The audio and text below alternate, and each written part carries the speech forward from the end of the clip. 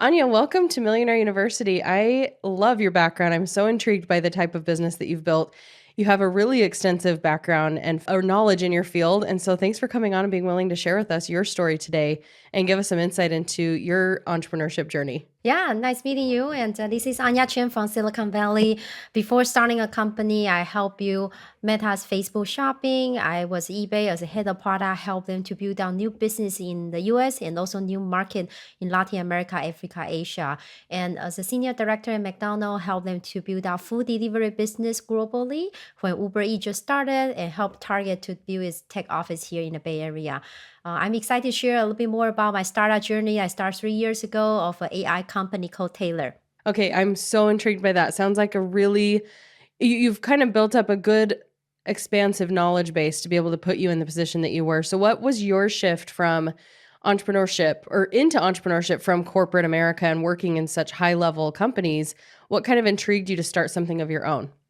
Yeah, when I was at Meta and eBay, I was constantly one of the few woman leaders on the team as a tech company. So I felt a little bit imposter syndrome. I want to look great. I tried some subscription boxes that like Stitch Fix, but you have to buy from every single shipment. Someone to style you, but once you receive the boxes, you have to buy just like e-commerce. So I didn't want to own that much stuff. And I tried some subscription rental companies like Rent the Runway or Newly by Urban Outfitters. But those companies, they are rental, but you have to pick. So there's over 10,000 garments you have to pick, spend hours. And just there was a aha moment. Wow, most of fashion companies seems are designing for people who are into fashion. Not for people like me who is lazy, want to look great, but not into chasing after clothes. So I started doing research like, hey, does anyone think like me? They hate shopping, hate laundry, they want to look good, they need to look good, but they don't want to read GQ, they don't know about fashion and don't want to spend time. Turn out that a lot of people think like me, but they are kind of busy and lazy men who are very hardworking or very into dating, sports, and career, but they are not into laundry or shopping. And so they are single guy, sales guy, professor, pastor, recruiter. They are basically socially active men, but not into fashion. And that's why Taylor was born. So with Taylor, they can get clothes picked by AI. They get real clothes to wear for a couple of weeks. Once they are done, they can buy the clothes or they can ship back the dirty clothes. We wash them and send to other people right away, and they get next shipments, like Netflix for outfit. No more shopping or laundry. Wow. So, pretty much just from personal experience, what made you, was it because you were working with so many men and you're in that space, in technology and everything that was kind of your target audience because that's who you worked around? Or what was the specific desire or appeal to go into that instead of serving women in that space as well? Because I know that I, like you, I'm like, I don't know. The overwhelm of having to go onto a catalog and choose what I want is part of the problem, right? I don't even want to go into a store to pick out what I want to wear. Tell me what I should wear. So what was the angle or the strategy in choosing to focus on men? Yeah, I think so. When growing the business, at the end of the day, most important is about the what problem you are solving. It's actually not about. I wasn't intent. I was trying to build my own closet, but then turn out that the problem we are solving, people who have that problem more seems are men. So the problem I'm solving is people want to look good but doesn't want to spend time. But if you look at the woman's rental company, which is only one word different, woman's rental company versus men's rental company, but in a woman's space, they are solving the problem that women want to wear different things every day. So it's actually fundamentally a very different business. For example, in their journey, the user experience tend to be you can browsing around and there's a lot of stuff you kill time by browsing those fancy dresses and then you share to your friends. So then you have a fun of doing that. It's like a shopping journey for women. While you can argue, yes, I probably one of like very few minority like you who doesn't want to spend time doing that, but a lot of women do enjoy doing so. While the main pain point I want to address is I want to help more people to can achieve their goals, no matter if they are into fashion or not. And I want the confidence to be more inclusive. As an immigrant from Taiwan, as a woman minority in tech company, I feel that I need to look good, but I didn't have the knowledge or fashion or time or interest in going into research on fashion. And that's where we end up that we with menswear business. Did you try out different things? Because I know sometimes when you're building a business, you want to serve everyone, right? It's really hard to dial in on that target market and get really specific with your buyer. Was that something through trial and error? Or was it kind of instantaneously you recognized, okay, this is most likely going to be the person that I should gear this company to? Yeah, for sure. We did look around, and we also found that there's also already two public companies in the woman space, which make it a lot harder to be better for compared to them right away. We also look at we interview every single customers, and after they become member, they have a chance to meet with our human stylist. And as a CEO, I tend to usually join whenever I can, and so we were able to talk with a lot of them. What we have found was they are age-wise and location-wise, they are diverse. We have customers as young as 16, as old as 85. And we also have customers from all over the different states, including Alaska. While on the other hand, most all of our customers, they are socially active. They do meet people. They meet people for date nights, like with their wife or girlfriends or boyfriends, or they meet people for work. So they are pastor, professor, recruiter, executive, business owner, influencer, TV news anchors, but they basically are socially active. And what we also found that the reason they signed up is usually they want styling service. They want someone to help them, including AI to help them. And they also want to try something new, because if you have to buy something, they tend to wear the same thing again and again. They only know 5 brands and they always buy the same thing in the last 10 years. So, but when it's rental, they are willing to try something new, so that they are, because it's like a Netflix show. If you watch for 5 minutes, you don't like it, no problem. Watch next show. But if you have to buy a DVD, oh, this Home Alone, I probably will watch 5 times in the next 5 Christmas, and that's why you buy it. So it's a lot more flexible and less mental commitment for them to decide. And that's also why we are able to source globally 300 different brands from all over the world. Those are emerging brands which may not be well known in the US yet. Then we are able to source those amazing brands into the US and to bring those customers and to connect to them to those brands. I love that. I think sometimes we can get really tied up in, as we develop this customer avatar, we're trying to maybe niche down the person and not so much niche the solution. And so I think you knowing, okay, this is the problem that we're actually solving here, and we can expand from there. And you know the limitation on the expansion too. You know that, like, well, once we get into maybe where these are more fashion minded men and they're really wanting to have a really cool, they want to have more say so in the choosing and everything, they may be right out there on the outskirts of the ideal client that we're serving. But knowing that makes marketing so much easier, right? Because then you're able to really appeal to that client very, very succinctly. The marketing materials become simple, the service becomes simple, which makes it more affordable too, because you know exactly what you're doing and who you're doing it for. I think that's really, really brilliant. As you guys have gone into this, what does that look like? Where I just kind of want to hear from the perspective of, that's a really fascinating approach to a business. What does this look like logistically? And what were kind of the steps to get started as you acquire all of this clothing? Did you start, was it kind of more of a one-on-one service and now it's expanded out? Is it a subscription now? Just kind of give me the rundown of the business model itself. Yeah, sure. To comment on your previous comment about being really focused on the persona, for sure, that's really important. I will share one story before I answer the question about Taylor. When I was working for Target, my counterpart, the other teams, they heard there's an insight, which is those customers, they go to store and they forgot one thing before they go home. Oh, I'm going to a store to buy eggs, and then she went home with a whole bunch of stuff in the basket and forgot the egg. So then they decided to build a features called in-store GPS. Before they go to a store, those moms, they can put into the tracking list, the like shopping list into the apps. And then once the mom's going to a store, the app become an in-store GPS. Turn right, turn left, you will never miss an item. Sounds amazing. They spent 6 months, and imagine every single Target store, their floor plan all looks different. There's so much work and lots of beacons and technology. Eventually, they got the product shipped, but no one used the feature. Why? Because moms, they are going to a store to get lost. They say, get away from there. lousy kids at home. It's their wonderland. So it's they are going to a store to wander and shop around and explore and take away their mind from their home. They are not going in following the in-store GPS, turn right, turn left. It's their oasis to get away from the family for an hour or two. So of course no one uses a feature, so the persona is really important. Like, yes, your persona are mom. They have been going to the same store for 10 years. Yes, they might forget one thing, but they give them is excuse to go back to a store again, so then they can enjoy the experience. Right. Yeah, it's like they found a problem, but it wasn't the problem for their person, right? Like, Yeah. and I hear that and I'm thinking that's exactly true. Sometimes you're mad that you forgot the eggs, and other times you're like, oh, darn, I'm going to have to go back to the store.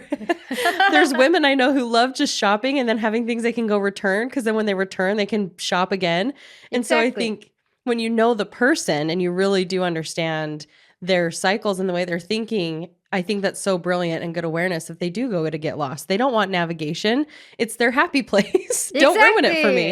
Exactly. And answer your question about Taylor's subscription model. So yeah, so right now we offer subscriptions because most of our customers are pretty busy and lazy. They don't want to think about it. So when they signed up, say $100, they get to wear 10 clothes per month. So they fill out a style quiz. They will answer some basic questions like height and weight. But we don't use those answers very well because most of the guys thinks they are thinner and taller. So, so we usually also ask them, okay, go to your closet and pick your favorite outfit. Tell me what brand, what size is it? So they usually say, oh, I'm size medium. And this is my favorite t-shirt. Oh, it's actually extra large. So they will realize that they are actually not the size they think. So we usually ask those questions like, take your favorite clothes. Tell me more about the size, the brand. Tell me about your fit issues. Is sleeve too long? Is the pants too tight? Or what's usually the issue that you encounter? And we ask them where you usually shop, what are the brands that inspire you, and then we show them some picture. They turn like almost like Tinder view, right or left, like it, don't like it, and then all of those information fit into AI. On top of them, they can have 15 minutes consultation call with a human stylist. So on the Zoom call, they can share their closet. They can share about this is my wife looks like, this is my favorite outfit, anything they want during the 15 minutes call. And this information AI will digest and then compare with over 20,000 garments we have and pick the perfect outfit. Before you go out, our human stylist will take final look, and the final stylist might swap out something based on their professional knowledge and give feedback to AI. And the customer will get the shipments within 1 to 3 days, and you get 5 items, which is usually a mismatch of an outfit already. So the customer can wear for a couple weeks, and the outfit already picked based on the occasion. Oh, next week is Valentine's Day, where is my anniversary. So already picked based on the outfit occasion, and then they wear for a couple weeks. Once they are done, they can put into return envelope. If they travel, say they go to New York or LA for travel, they don't need to bring dirty clothes home. Put into return envelope, give it to hotel lobby. They don't need to bring that home.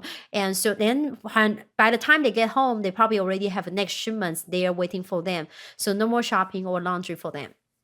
Wow.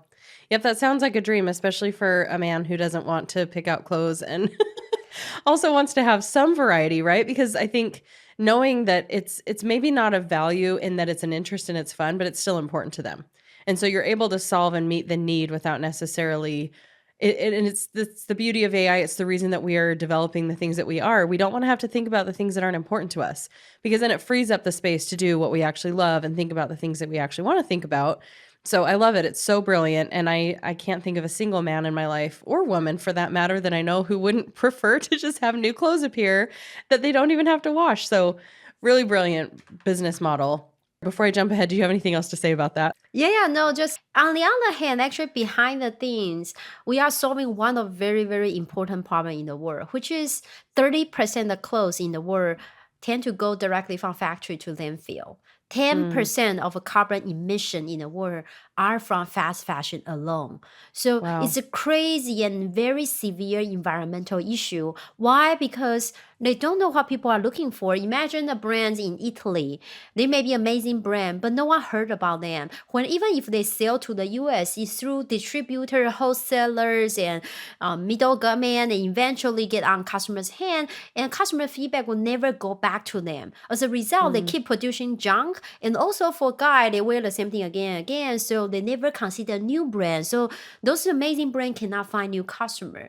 So instead mm. of burning those inventories, now we find a bridge to help them to find new customer. And customers are not afraid to try it out because it's rental. If you ask me to buy, I probably only buy the same brand that I like. But if you ask me to try, okay, no problem. I will try for a week. If I don't like it, I will just return. So it allowed them to also find a new market and get the feedback right away. So then they know, oh, the reason my clothes isn't selling well in the US is because the shoulder is a little bit too tight. I just need to change here for 1 inch. Then the customer will love my clothes. So then they Mm. get feedback right away, and the customer also get a chance to try out amazing brand from all over the world. I hadn't even thought about that angle of it, how you're giving the opportunity for product enhancement to these creators and they're not just so detached from the process. That's so, so brilliant. That is a really cool factor to consider because I can't even remember the name of it. There's that Netflix special that's on, I think it's on Netflix, talking about how much waste there is and just how out of control we are with consumption and things getting thrown away and filling up landfills. And so I think I love that even from the angle of just being more considerate and not wasteful in clothing because I'm the type of person who my husband is too. We'll wear something for like 10 years before we get rid of it. There's not a lot of that. But on the consumer, the creator end, not the consumer, the production side, they're just going to keep churning out more things if there's not an enhancement of that product that can go to the end user, which is going to prevent over creation and quick discarding. So was that something on your mind when you formed the company? Like, were you aware of that? Or was it kind of a sweet little cherry on top when you realized, oh my gosh, we're actually able to help manufacturers too, and as well as our consumers? I think a little bit both. I start more on the lazy man side, while I do meet my co-founder, who was my MBA classmate back in University of Chicago. So we met over 10 years ago, and a few years ago, she has always been really passionate about sustainability and care about the issue. Being my background at Target and Sears Kmart, I do aware of the issue, and I also originally from Taiwan, which is actually the hub of textile. Lululemon's, Nikes, those are all of the most of the amazing brand I actually innovated there, so we are aware of that too. But it was also after when we started, like, this podcast is about like how would you make more money. When we were thinking about the business model, we realized one of the costs of this business is a clothes. So we are thinking like, how can I get the clothes cheaper? So only one way is that, okay, you just get cheap stuff, which is not good because if it's low quality, we are in a rental business. So on the one hand, it conflict with our mission, which is helping more sustainable and saving the environment. On the other hand, if you can only wear renting one time, then it's not good for the business. So we start thinking, okay, how can we get these clothes very cheap? Besides money, what else can we give them in return?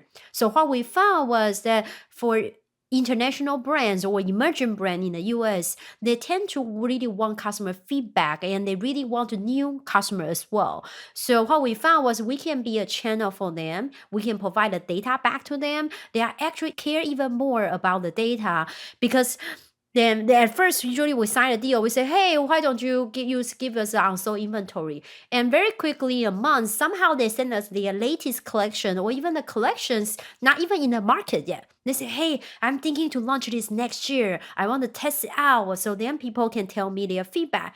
And there was a moment we realized, wow, we are actually the data and the insight is actually more valuable for them than the money. So what if we actually provide more of this information to them? So then we save money in the cost of buying the clothes, and we can use the money to doing better job for the customer, like customer service, or doing even more faster deliveries or other stuff to deliver even more value to the customer. Hmm. I mean, what company, especially if you're overseas and you are having that detachment issue, is not going to consider market research, which I think if they were to pay for market research, they would spend a whole lot more than maybe discounting the cost of the goods, which is such a win-win for everybody, really all three people involved in that whole transaction, right?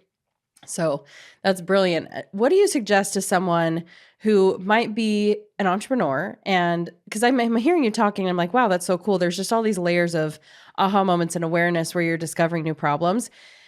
Sometimes as you are building something and starting, it can be really overwhelming because you don't know what you don't know. So as an entrepreneur now, having this company, what would you suggest to kind of guide that process to be inquisitive instead of saying, oh, you know what, the cost of goods is just going to be too high. The margins are not there. So we just can't do this, because somebody else might have looked at that and said, it's just not going to work. We can't get good quality clothes.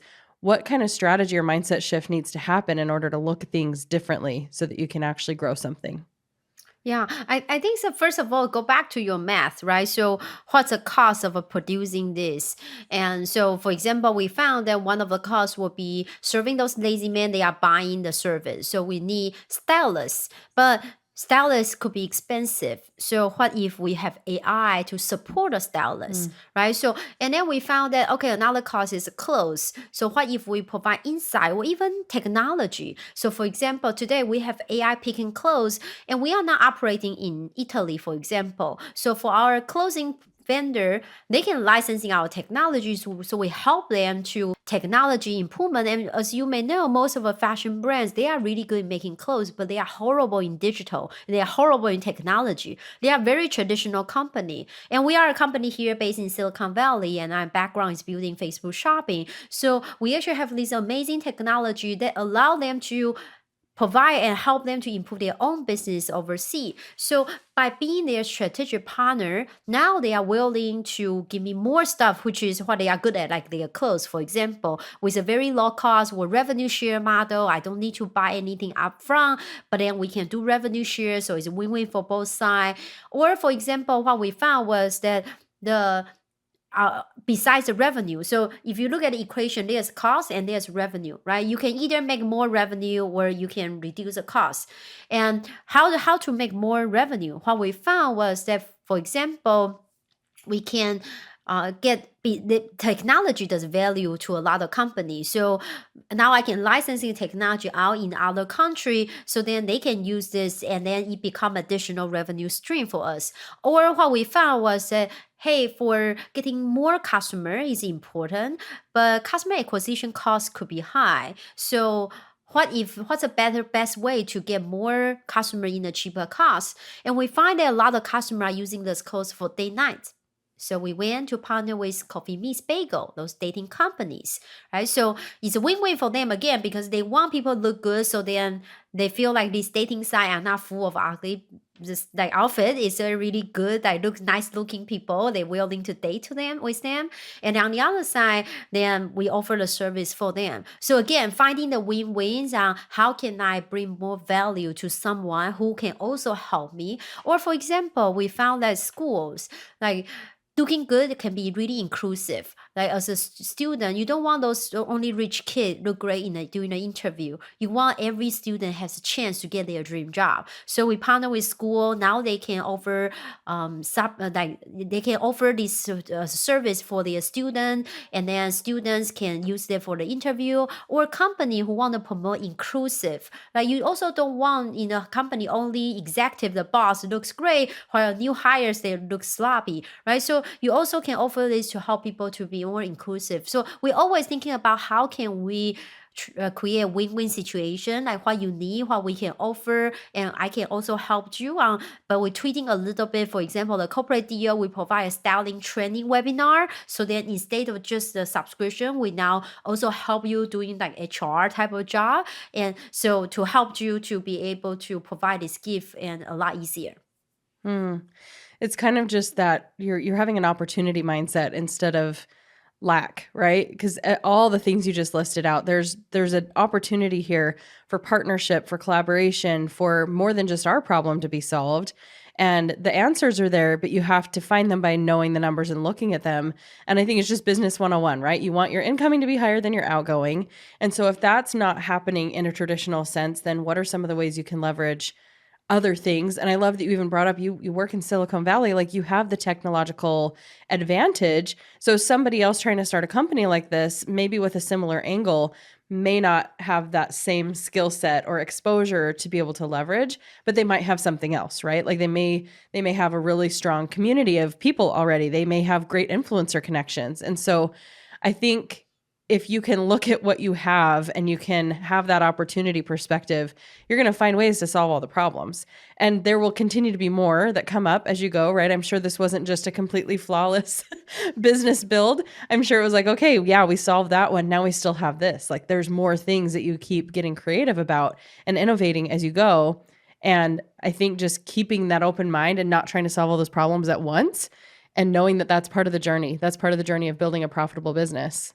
Yeah, and many times I think that like team up and collaborate. Like for example, we now partner with Armor, the women's rental subscription company, because those women can now buy gift card for their mans and or their significant others.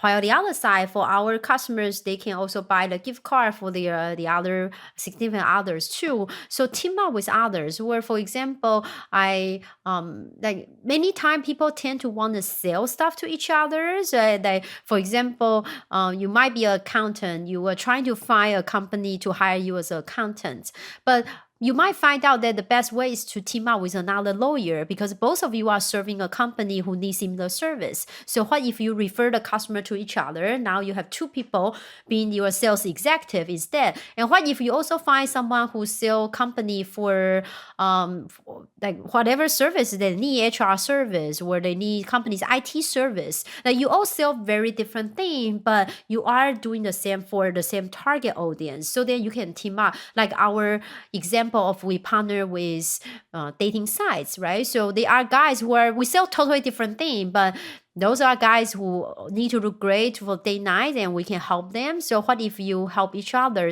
I promote your dating site and then now you promote my subscription boxes for looking great. Yep. So smart.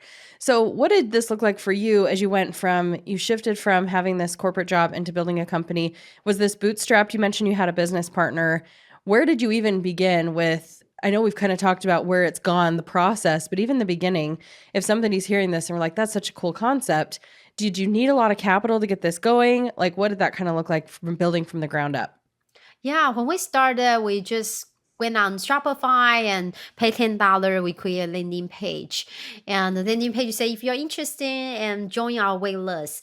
I remember it was around Thanksgiving time. There was a guy email me called Michael. He said, hey, I'm on your wait list. Please bump me up. So I thought it was just a scam. Like who really want the service and want to bump someone up on the waiting list? He thought we were just too popular. So he's still on the waiting list. Instead, we are just have nothing. We didn't have any clothes or what is nothing. So we cannot serve a customer.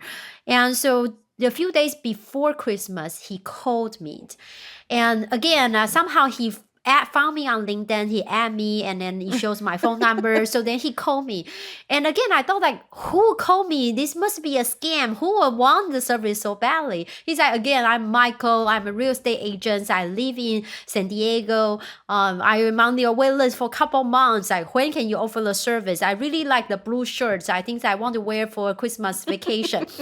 And so I went on search on our database. Wow, there's indeed a Michael on the waiting list. So then I went on me and my co-founder, we went to the post office. We went to Macy's, bought some clothes during Christmas on sale. We put it into the boxes and ship it to him. He became our first customer. Wow. And from there, we test with over 100 people. And then we know enough on what we need the money for. For example, we need the money to hire initial stylists before we get AI built up. We need an AI engineer so then we can start transitioning knowledge into an AI stylist. We need someone product manager to build website along with software engineers. And we also need a small warehouse space so then we can at least do laundry and shipping the clothes out with USPS pickup. So we now have an idea on where we need to spend the money. We have an idea on how much we need the money for. So I did is that I start using my community. I'm sure you have different community. So my community, I'm an immigrant, so I don't have family in the US. So all I have was my school. So I went to Northwestern University and I posted in the school alumni chat. I said, hey, we are launching this company. I will do this information session. Who is interested, please come and listen to our pitch. And end up that we start getting some money. And we also got our professor because I was two students. We did a business together, right? So we went to our professor and said, hey, professor, we are your student and we two team up. Why don't you give us some money? And the professor said yes. So we got a little money from our professor, and he said, okay, I can connect you to another student who is also an entrepreneur right now. So we met with him. And during the conversation, I forgot that I was trying to ask him to introduce me investor. I was Mm. just genuinely curious about his business, which is a AI camera for security. So I introduced a whole bunch of police officers who are my friend's friend to him. For a few weeks after, he came back to me and said, hey, Anya, thank you so much for your referrals. They are amazing. By the way, what was the purpose that you set up the meeting with me? Is there something that you were trying to ask me? I said, yes, investors. Tell me more about your investor. Can you connect me to your investor? So he connected us to his investor, which is Berlin Capital, is the investor behind Lyft and Instacart. And in one conversation, we got $1 million. And that's how we Wow. start our business. Amazing. I love that. It's your traditional Shark Tank experience, sans forgetting that you were pitching and looking for investors. But really, like so many of the success stories that you see come out of, and I know that's television, but still just entrepreneurship in general, is you at least try the concept out. You have some kind of a metric, you have some kind of numbers in mind, and it's the people who go on that show or are trying to get investors and have no idea. They're just in the concept mode and they haven't actually put anything to the test. But when you do, when you're able to have that first client, which how funny that he's like, when is it going to be my turn? And you're like, we didn't even know you were ready for this. We just threw up the website and, it was just sitting there. So I think that's so brilliant that you were able to take this one sample experience, and maybe there were several by the time you went to investors, but even just that little bit of data was able to open that door so that then you knew really what you were looking for. It wasn't this aimless concept. It was something that really had some meat and potatoes to it. So that's really cool. I love hearing the founder story. Yeah, and sometimes the opportunity are there when you are not looking for, right? And, Mhm. or sometimes people say give a scam. I was just trying to help. I was genuinely curious and really want to help. And the other side said, oh yeah, thank you for helping me. By the way, how can I help you? So Mm. just keep that in mind. I think being a founder is hard. I used to work for Meta, and people got my business card before. They tend to want to talk to me. Neither they want to work for Meta, or they want to work with Meta as a vendors, or they just genuinely thinks that you can probably help them to get some job somewhere. And Mhm. after becoming a startup founder, things change. People no longer always want to talk to me when I go on Chamber of Commerce meeting. I'm the little potato that no one care. Everyone want to talk to the IPO founders versus me. And there was a moment that I start realize that, wow, it's the actually the reality behind it is no business card, right? So Mm. it's not easy. So what I will do is I always try to help. I believe as long as I help, then someone eventually will come and help me. So that's the giver's game mindset. And it also the mindset kind of keep me going, because the time that people want to give up tend to because you don't think there's more options. But when you are thinking of what you can give, or when you are thinking of what you are your strengths, like in the case of that example, um 15 years ago when I graduated from Northwestern University, my only experience before was a reporter back in Asia, so in Taiwan. So I was waiting outside from another school and giving the resume to the hiring manager from other school because I didn't get any job interview. People said you are crazy, but for me, being a formal reporter, the only thing I know was waiting outside for someone.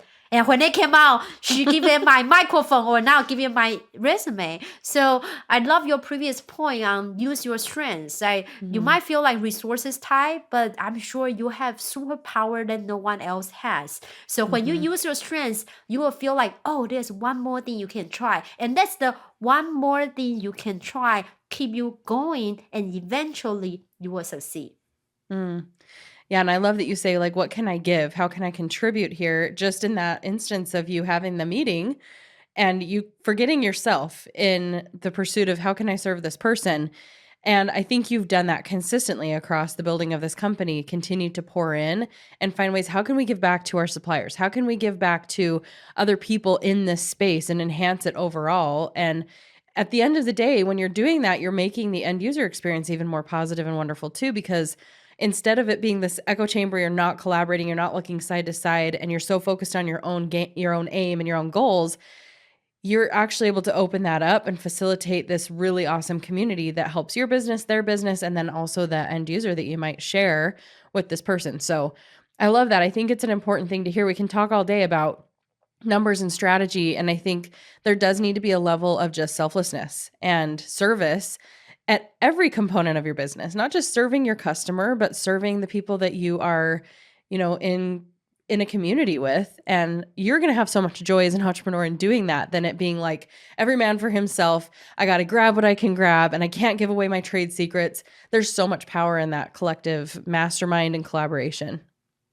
Yeah, and then you also feel a lot happier because then at least you feel like that there's something you can do. Like that's a moment you feel that you are valued. Being a startup founder is hard, right? You see all problems all day long. You see the warehouse. I remember there's one time our warehouse was leaking, and I had I ride a Uber and I bring a basket in the car and then riding over to the warehouse.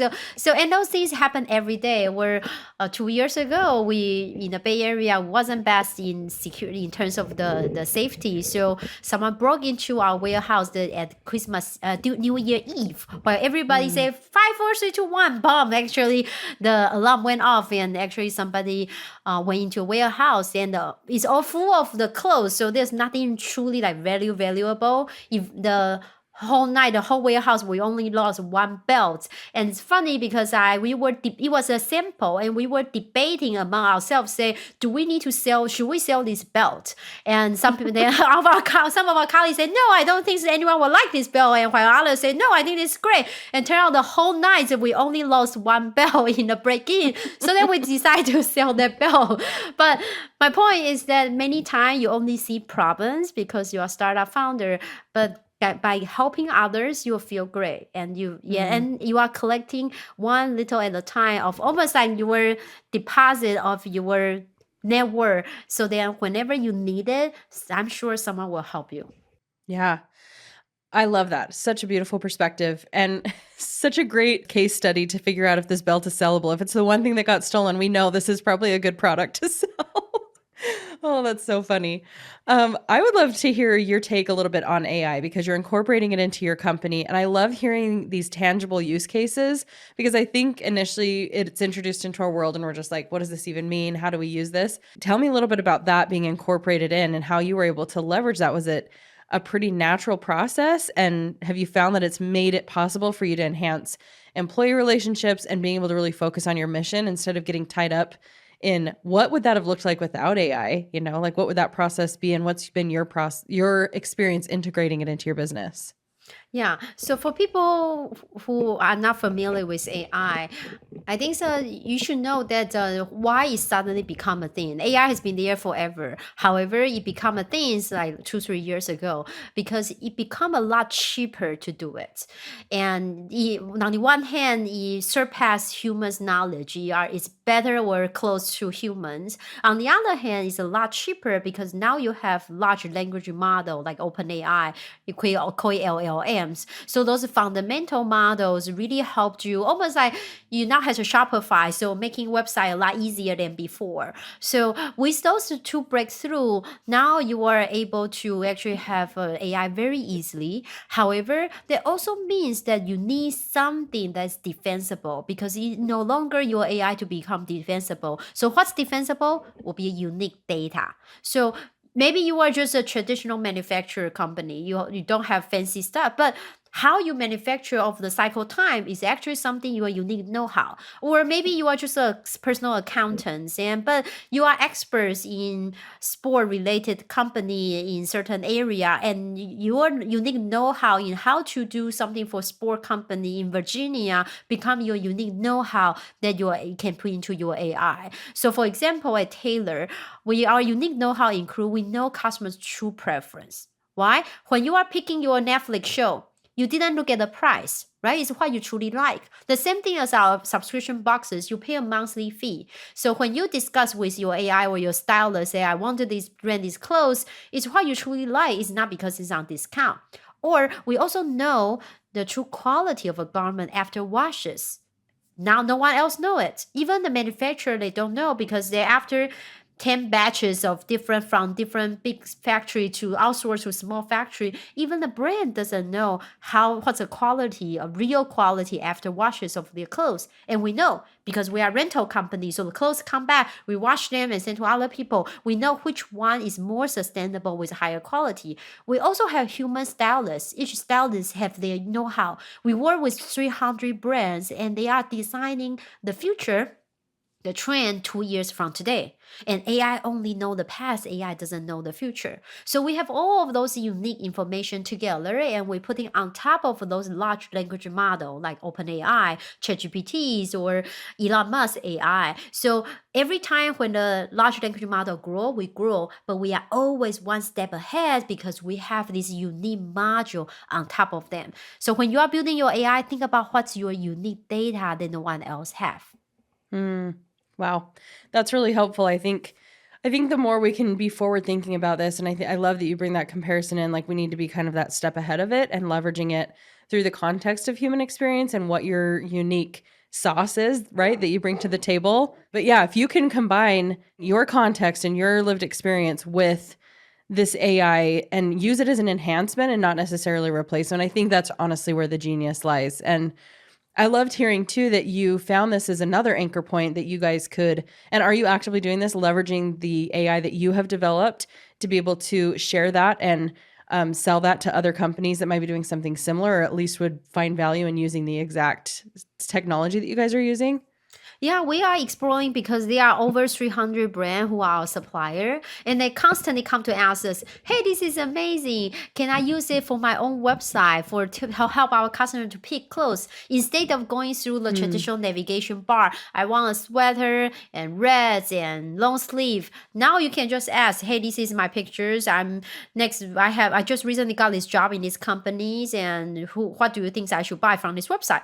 mm, This is very almost like a sales associate, right? When you go to a yeah. department store, it's like, hey, I'm looking for da da da, and someone recommends you. So the same thing, and now it's a lot more accessible. So we are definitely exploring of licensing our technology to help other fashion brands, so that become their strategic partners. So then they give us amazing clothes and really low cost, and we can save the money and give back to the customers. Man, did you know when you started this? I mean, you couldn't have possibly known all of the layers, but has it just been such a fun process of finding all of these different kind of micro business opportunities and income streams within the one thing that you chose to do?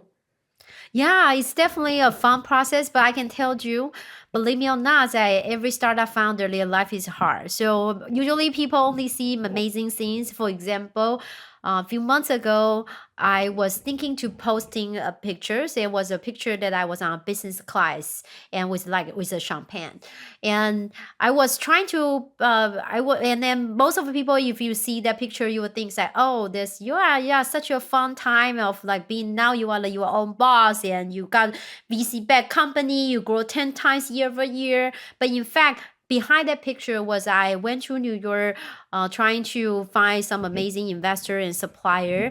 But then I was trying to save money, so I stayed in my friend's living room. It was in New York, it was super loud, and so whole night it's really old building, so I can hear the stair at upstairs. People walk through, and then I can hear them. They open the toilet and flash toilets, and it was New York, so I can hear people walking outside. It's on the first floor, so I can hear people walking outside, and then with the drink, and then happy like chatting after they went out of a Korean restaurants, and then it was heat wave like over 100 degree. I have all day meeting outside, so I have to carry including in the evening. I go to a conference which we have the stand, those like big stand. Mm-hmm. So and then we also do a raffle in the conference to help people to promote the service. So we have those big like almost like flyer, big flyer that you can hand people like, okay, congratulations, you got the 1 month free. Those like big boards. So I carry all of these with my giant laptop and then whole bunch of pitch that were printed hours. So then I was there and then with my high heel, 100-degree, and I have run to the train. And then my nose start bleeding because it was too hot. And then after I got to the train, I step on the train and I said, this is to Penn Station, right? And the person said, no, this is on the other side. So I jump off the train and run over to the other side and then we get on the train. And eventually I got the place after 2 hours with train and bus because trying to save money without taking the Uber. And then once we arrived, because the heat wave, so the electronic went off. So the whole restaurant has no light. So I was pitching the investor in dark with a candle on the side. and then I went back and decided to go to a conference in the evening. And I didn't notice the conference that night was actually on a cruise. So you have to arrive on time in order to get on the shuttle so then you can get on the cruise. So I missed the cruise. So when I arrived with a whole bunch of the posters and all of the stuff on my shoulder, and I arrived there and realized nobody was there because everyone already left on the bus and on the cruise. So that was my time for the 4 days. And eventually I was in the airport, and somehow because the heat wave, the electronics had issue. So then they board people extremely slowly. So I was there for 2 hours. When my time to check in my luggage, they said the flight already gone. So, and they say you have to buy a brand new tickets. They are not even giving me my tickets back.